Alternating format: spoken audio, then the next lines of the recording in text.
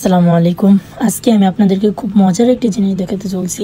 তো তার আগে রাস্তার হাঁটার কয়েকটি সুন্নত বলে যাই। তো হাঁটতে হলে প্রথমে আমরা রাস্তার ডান দিক দিয়ে হাঁটবো, তারপর আমাদের দৃষ্টিকে নত রাখবো। নারীদের জন্য রাস্তার কিনারা ছেড়ে দিব এবং তাদেরকে সম্মানের সহিত যেতে দিব।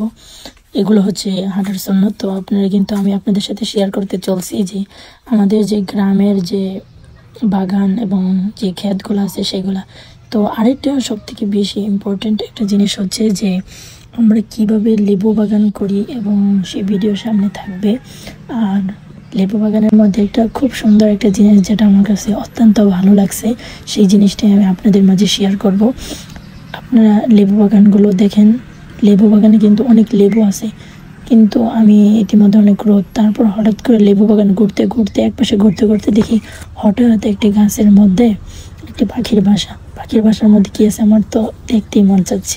তো পাখির বাসার মধ্যে দেখি দুইটা পাখির বাচ্চা আছে, বাচ্চা দুইটা খুবই সুন্দর লাগছিল। তো ভাবলাম যে ভিডিও করি এবং সেই সাথে আপনাদের সাথে শেয়ার করি।